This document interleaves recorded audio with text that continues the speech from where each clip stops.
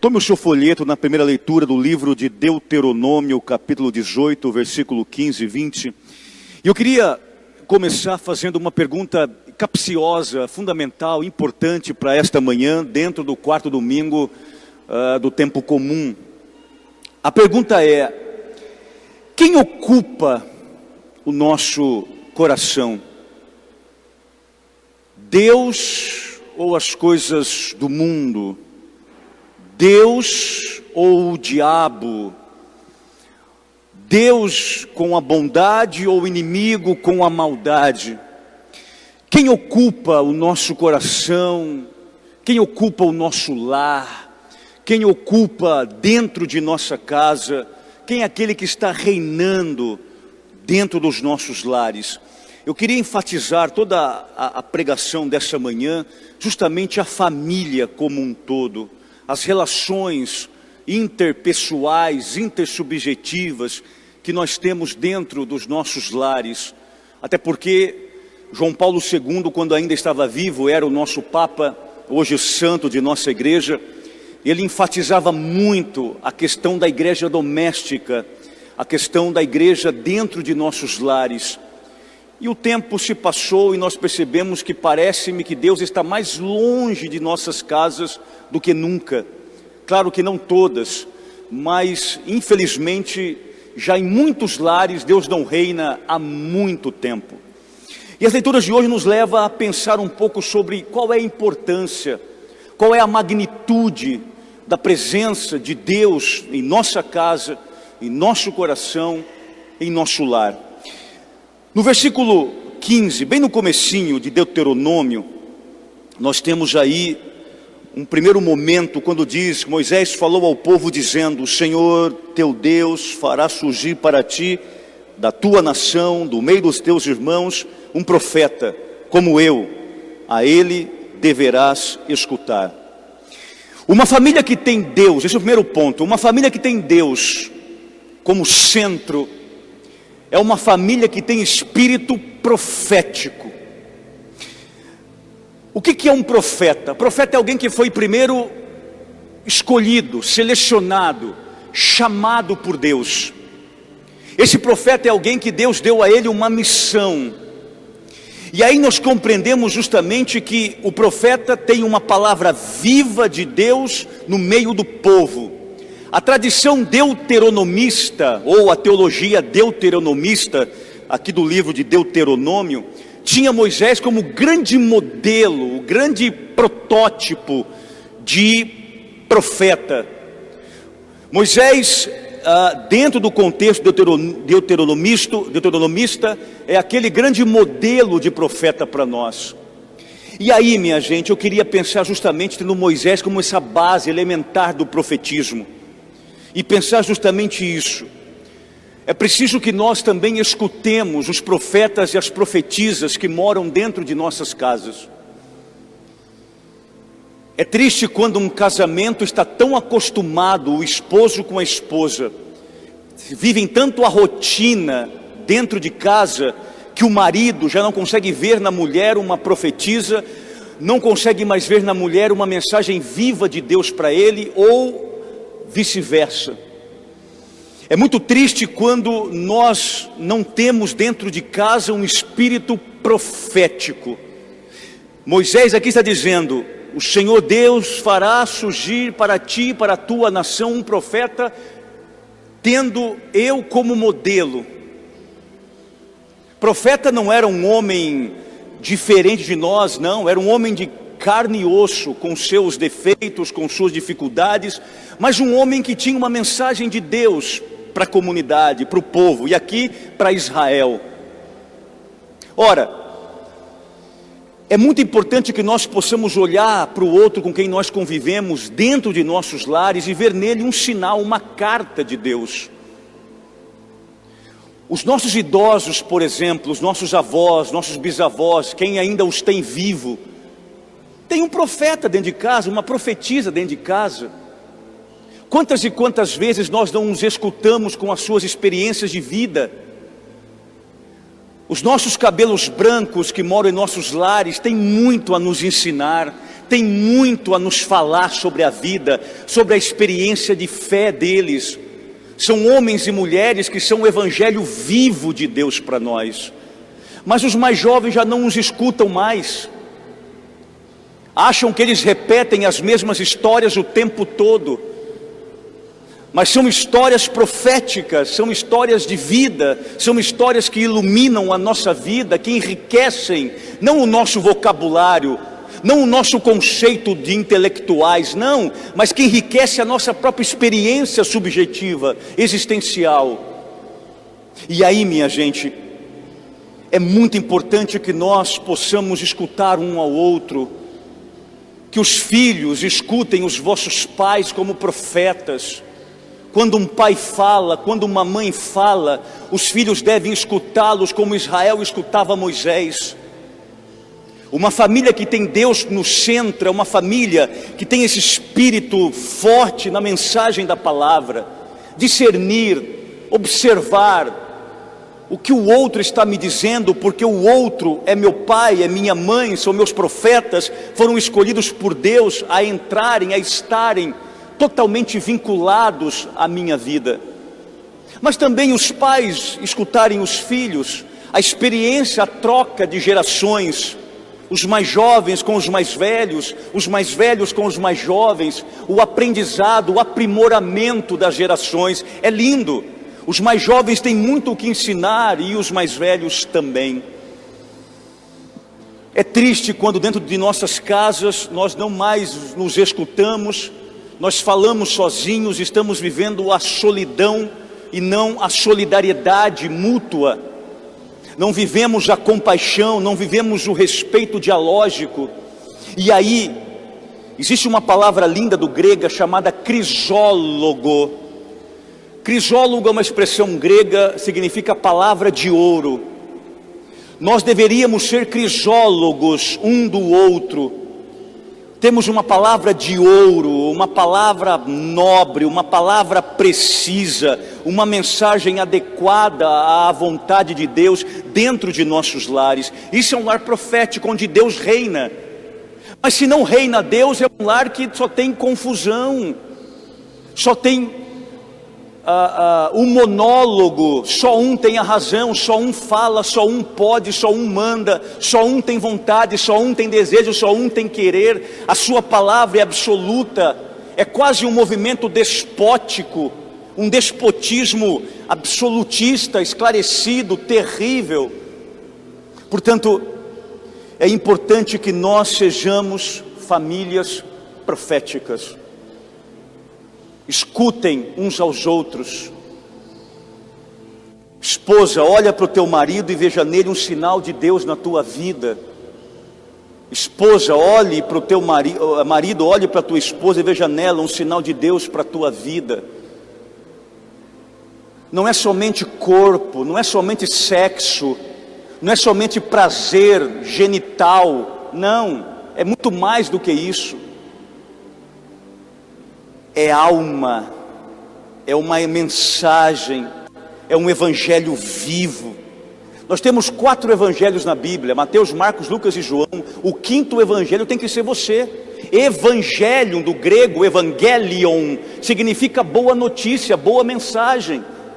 Aquele com quem eu convivo, aquele com quem eu estou me relacionando na minha casa, deve ser a minha boa mensagem, a boa mensagem de Deus para mim.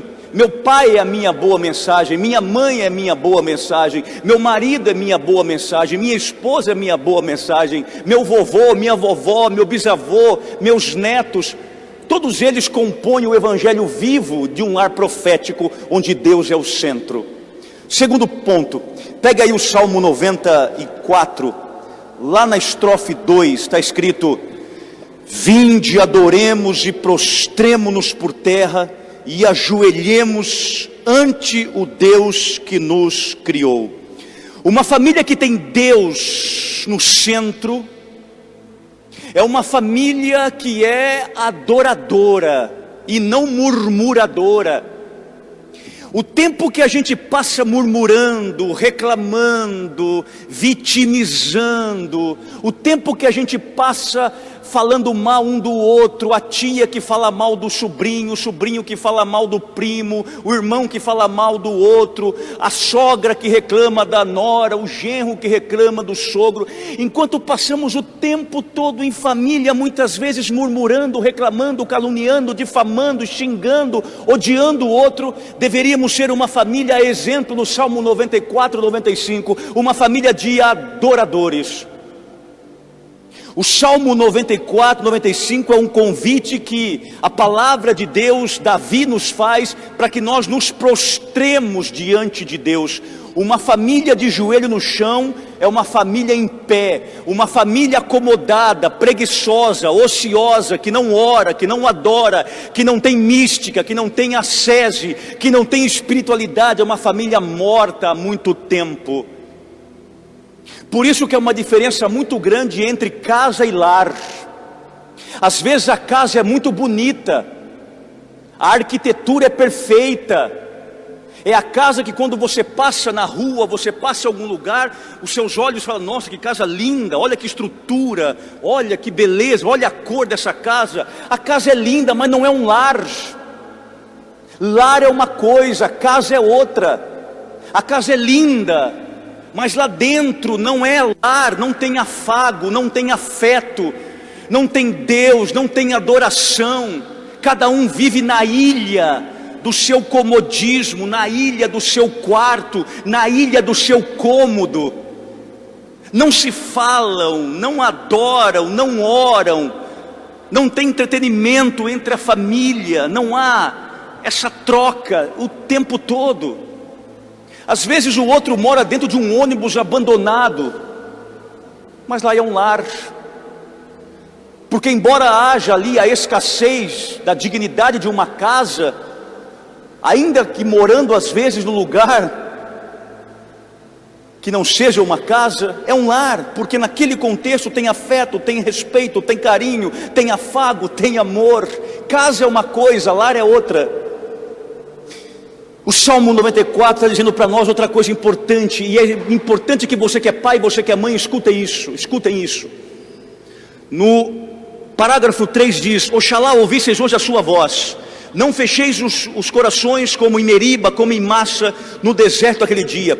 Quando o povo de Israel estava saindo do Egito, passando por Massa e Meriba, eles começaram a reclamar, murmurar contra Deus o tempo todo, dizendo: está vendo?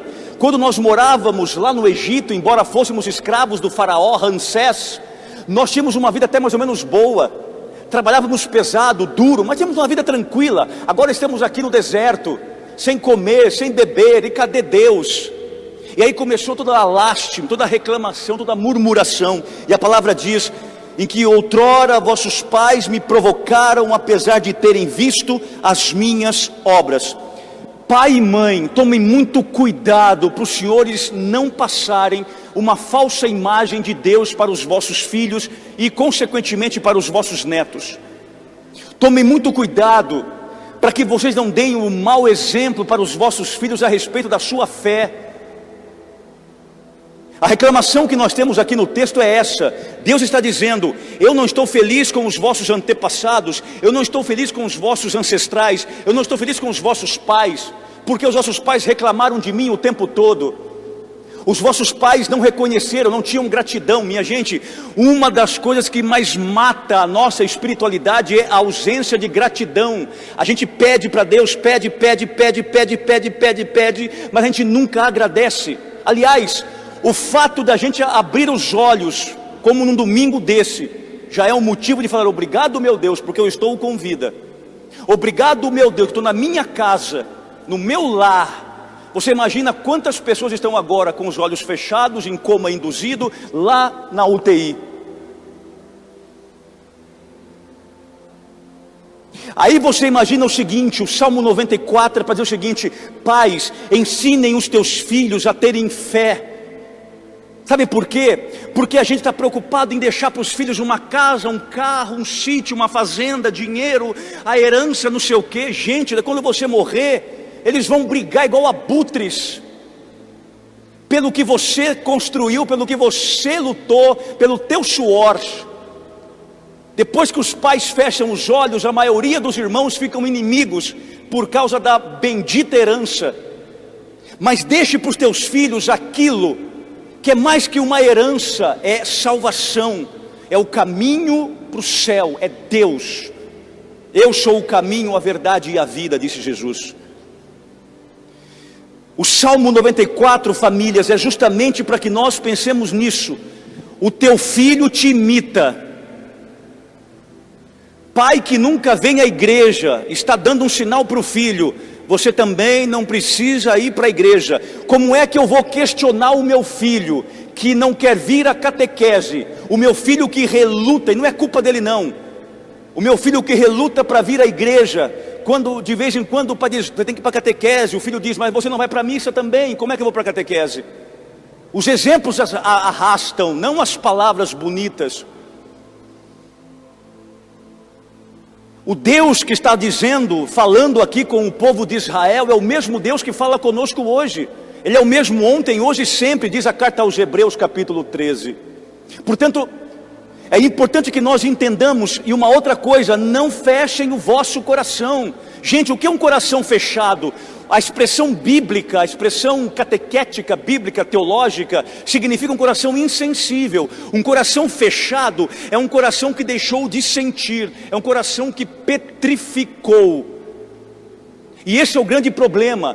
Quando uma família deixa de orar juntas, quando uma família deixa de vir à igreja, quando uma família deixa de ir ao Santíssimo Sacramento, quando uma família deixa as suas responsabilidades, uma família que não ajuda no dízimo, não contribui na comunidade, uma família que não serve, o coração vai ficando petrificado. Porque existe uma coisa linda, quando Jesus vai dizer em João, capítulo 4 e capítulo 7, que ele, do seio dele, do peito dele, vai jorrar rios de água viva. É essa água viva, que é o próprio Espírito Santo, que deve amolecer o nosso coração petrificado. Sem o Espírito Santo, tua família vive a insensibilidade. É por isso que alguns casamentos, eles vivem assim. A dor do outro é do outro. Não me preocupo se você está doente, se você comeu, se você está bem, se está empregado. Eu não estou nem com você. A gente mora na mesma casa só. Aqui é como se fosse até a república dos estudantes da universidade. Tem mais sensibilidade que a casa de muita gente. Tranquilo. Não, dane-se. Nós somos insensíveis. Não estou nem aí. Não quero saber que hora que você sai, que hora que você chega, quem é você. Não quero saber. Nós somos marido e mulher só para mostrar para a sociedade, só para tirar selfie e pôr no Facebook, só para isso. Mas no tete a tete, no mano a mano, você lá e eu aqui, está tudo certo. Insensíveis. Falta a água do Espírito.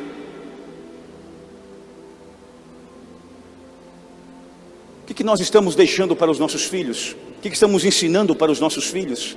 Qual é a leitura que os nossos filhos têm dentro de nossas casas, minha gente?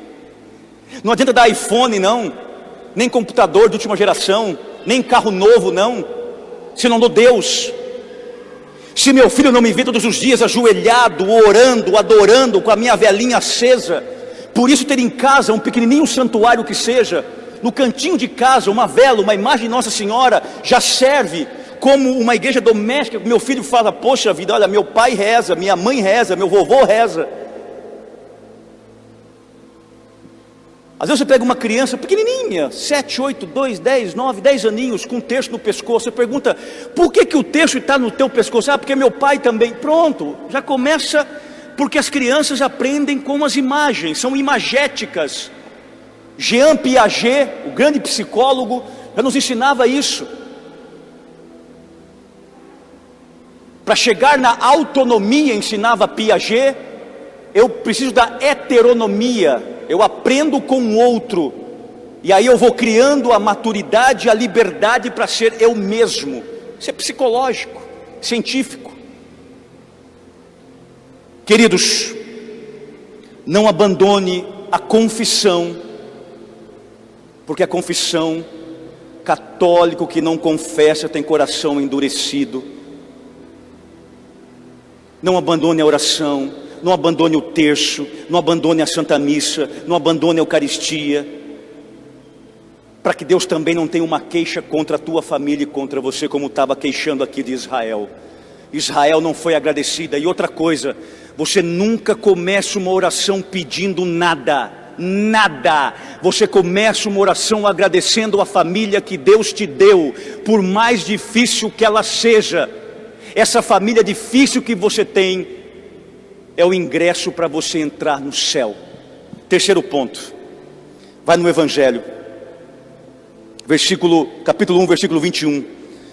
A palavra diz: na cidade de Cafarnaum, num dia de sábado, Jesus entrou na sinagoga e começou a ensinar. 22, todos ficavam admirados com o seu ensinamento, pois ensinava como quem tem autoridade e não como os mestres da lei. Terceiro ponto, uma família onde Deus é o centro,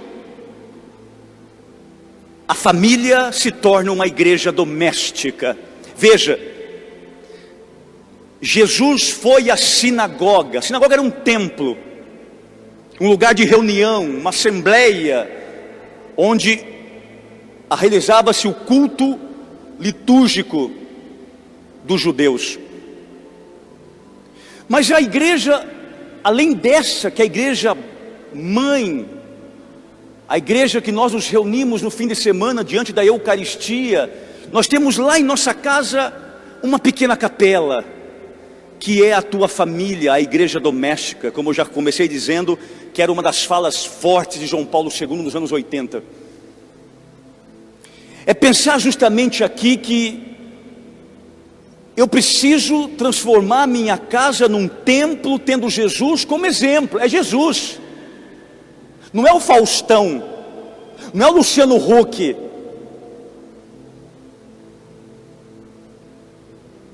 não é os modelos que entram pelo celular, não. O modelo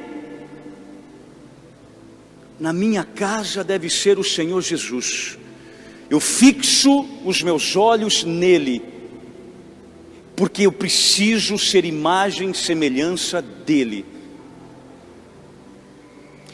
Mas é uma coisa interessante, porque Jesus entrou no templo para ensinar, e ele ensinava como quem tem autoridade. São duas palavras importantíssimas aqui.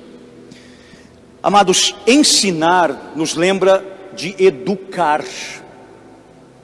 Eu não sei se você sabe a origem do verbo educar da língua portuguesa, é latino, de ex ducere, daí vem educação. Educar de ex no latim é fora, e in, dentro. Tudo que tem o prefixo in no latim é dentro. Tudo que tem o prefixo ex no latim, fora. Então, educação, educar, ex, fora. Ducere, guiar. Educar significa guiar para fora. Isso é educar. Liderar para fora. O que é um professor? O que é um educador? Que educa o aluno, o discípulo, o discente para a vida, para fora, para a liberdade. Eu acho lindo isso aqui, porque no templo Jesus está educando, não para manter as pessoas oprimidas, para manter as pessoas simplesmente nele, não, educando-as para a vida, liderando-as para a vida, lançando-as para a vida. Mas tem outra palavra, autoridade. Qual é a diferença de autoridade e autoritarismo?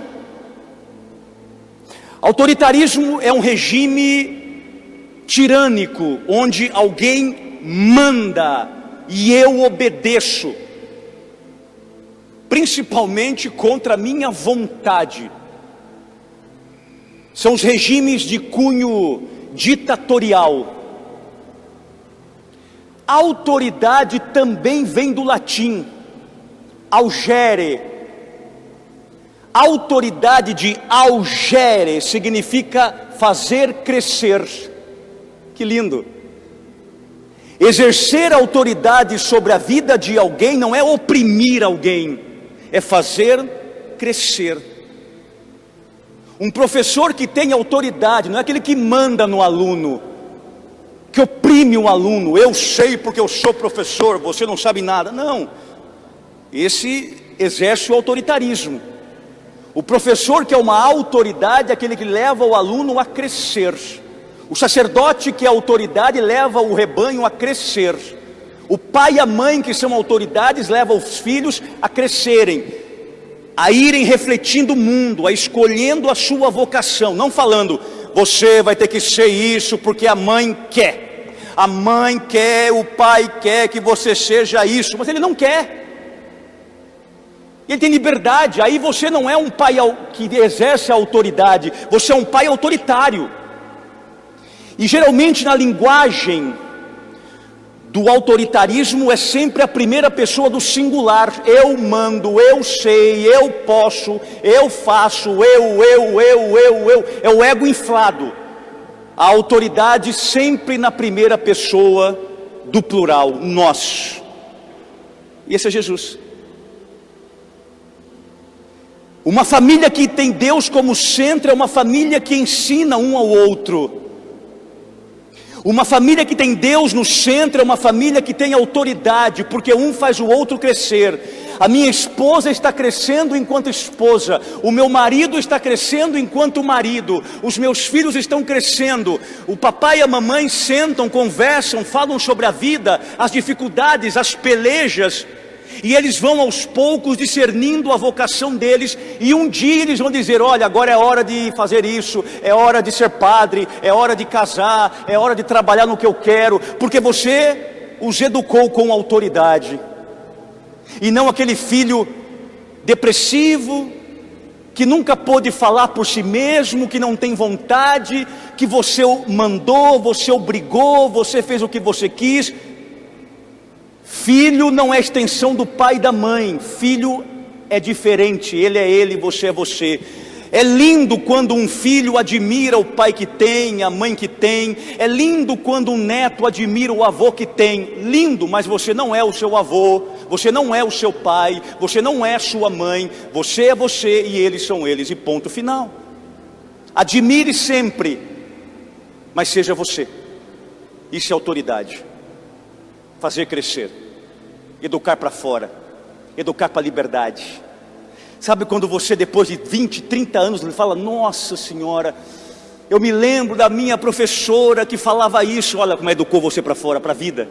30 anos se passaram, talvez até já morreu a professora, mas você continua lembrando dos efeitos de uma educadora que a vida inteira te conduziu para fora, te conduziu para a vida, com autoridade, porque te fez crescer. Assim é o Evangelho, assim é a palavra, assim deve ser a igreja, e assim deve ser todos aqueles que têm autoridade. Pai e mãe, eduquem os teus filhos para a vida, mas que eles tenham liberdade de serem quem eles querem ser.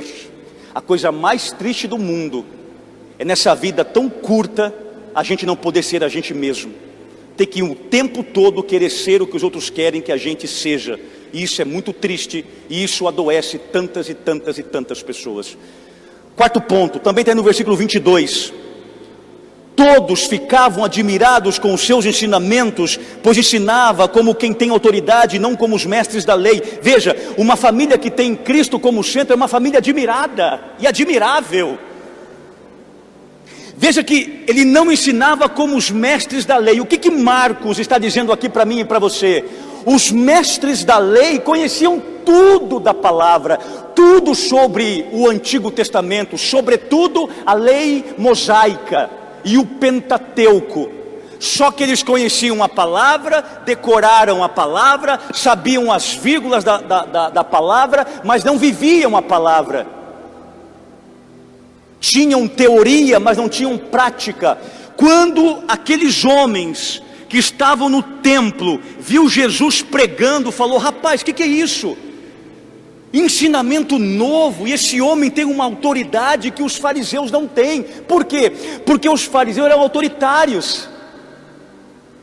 Eles tinham conteúdo, mas não tinham prática. Jesus não. Jesus primeiro fazia, depois falava. Vejam, não adianta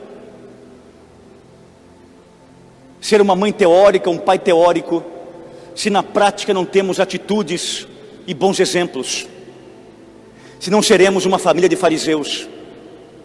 Os teus filhos não querem saber quantos diplomas você tem, quantas pós-graduações você já fez. Ele quer saber se suas atitudes condizem com as tuas palavras. O teu filho está aprendendo quando ele vê você mexendo no celular, por exemplo. Com quem você conversa? O que você acessa? Tem papai e tem mamãe por aí viciados em pornografia no celular, que não vive sem. Só que os adultos sabem muito pouco de celular, como as crianças de hoje. Elas nascem já dentro do aparelho praticamente. Quantas crianças pegam o celular e vai mexer e vê lá aquele monte de coisa pornográfica? Aí depois o pai quer educar, não sei o quê.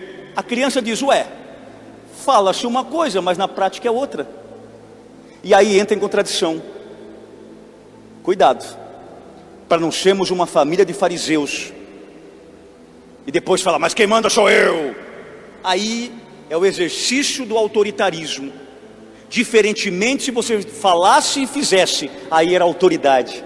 Fazer o outro crescer. De fato, o que meu pai fala, meu pai faz. Porque às vezes, no meio da conversa dos tios, o pai fala um monte de lorota, um monte de mentira, e toma cerveja, e conta mentira, e o filho está ali só ouvindo, e pensando, meu Deus, uma mãe mentirosa que eu tenho, um pai mentiroso que eu tenho. Aqui para os meus tios ele é perfeito, ela é perfeita, mas lá em casa é uma outra coisa. Por isso que Jesus chamava a atenção de todo mundo. Que homem diferente, ele fala e faz, ele faz e fala. Quinto ponto e último, eu termino. Diz a palavra, lá no versículo 23 e 26. Estava então na sinagoga um homem possuído por um espírito mau. Ele gritou, que queres de nós, Jesus Nazareno? Viestes para nos destruir? Eu sei quem tu és o santo de Deus. Jesus o intimou, cala-te e sai dele. Então o espírito mau sacudiu o homem com violência, deu um grande grito e saiu. Quinto ponto e último, uma família que tem Deus no centro não dá brecha para o mal. Cala-te e sai dele. Não se negocia com o inimigo. Não se coloca o inimigo dentro de casa. Não se dá moral para o diabo. E o diabo entra em nossa casa pelas brechas. Cuidado quem você coloca dentro da tua casa. Cuidado com pessoas que você nem sequer conhece direito, já põe dentro do teu carro, já põe dentro da tua casa, já põe dentro do teu casamento. Daqui a pouco já está sequestrando a tua família, daqui a pouco já está traindo um ao outro. Cuidado, que Satanás não tem chifre, Satanás não tem tridente, Satanás não tem rabo pontiagudo, Satanás é sedutor, diz a palavra. Eu acho uma coisa fantástica, porque Jesus não tinha conversa com o diabo. Cala-te e sai. Eu fico vendo às vezes em alguns programas de televisão religiosos, cara conversando com o diabo, e quem você é, onde você mora, tudo mentira. Não se tem conversa com gente ruim, não se tem conversa, não se dá moral para Satanás. Fique longe, feche as portas e tape os vossos ouvidos. Cuidado, principalmente quando você estiver no teu casamento frágil. Brigou com a mulher, brigou com o marido, uma vida complicada, aquele casamento, sabe, aquele casamento xoxo, aquela coisa brocochô, aquela coisa toda fragilizada, vai ficando frágil. Aí lá no trabalho tem alguém que já sacou, já não usa mais aliança, alguém já percebeu. Daqui a pouco já começa a dar uma carona aqui, uma carona ali, põe no carrinho aqui, toma um cafezinho ali. Cai fora. Enquanto é tempo. Porque no teu coração reina Deus. E se Deus reina aí dentro, não tem vez para Satanás. Satanás é muito inteligente. Tanto é verdade que Pedro, em uma de suas epístolas no Novo Testamento, o compara a um leão. E se você ver o leão como o rei da selva, o leão é estrategista. O leão não é bobo, inteligentíssimo. O leão trabalha fiscalizando a presa, depois abocanha. Satanás é exatamente assim. Ele trabalha com os teus pontos frágeis. Tô frágil, fulano fala tão bonito. Essa é a pessoa ideal para a minha vida. Não se iluda, todo mundo tem defeitos. Ninguém é perfeito. Cuidado. Coloque Deus no centro. E tudo mais deixe na periferia da tua casa. Família que ora família que ora juntos é uma família feliz, porque o Espírito Santo reina dentro daquela casa. A Ele uma salva de palmas.